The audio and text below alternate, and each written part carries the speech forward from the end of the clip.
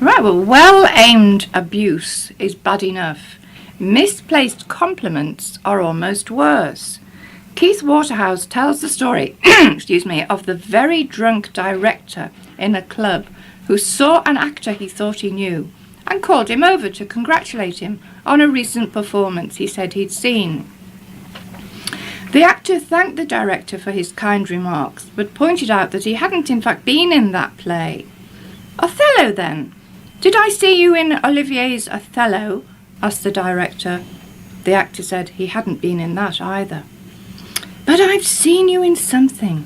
I remember I was very impressed indeed," said the director persistently.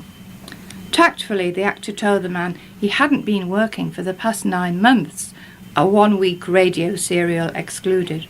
In fact, he'd recently started a job in the food hall in Harrods, he said.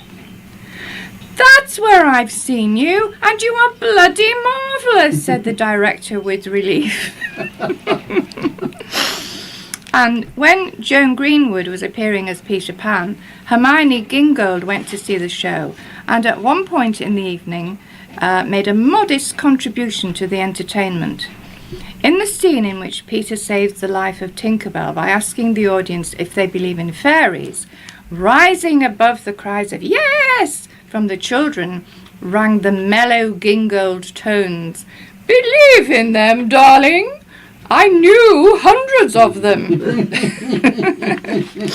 And finally, whatever the disaster, most theatre people seem to have a way of coping with it. It may seem unbearable at the time, darling, but inside they know there's always tomorrow night. Witness the way in which Richard Brinsley Sheridan coped with perhaps the greatest theatrical disaster of all time. The night the Drury Lane Theatre was burnt to the ground.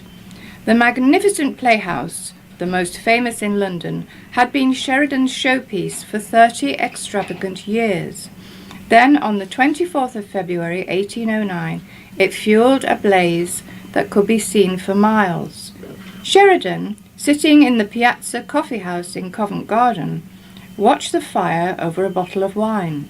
When he was complimented on his extraordinary composure in the face of this calamity, he replied, "May not a man be allowed to drink a glass of wine by his own fireside?"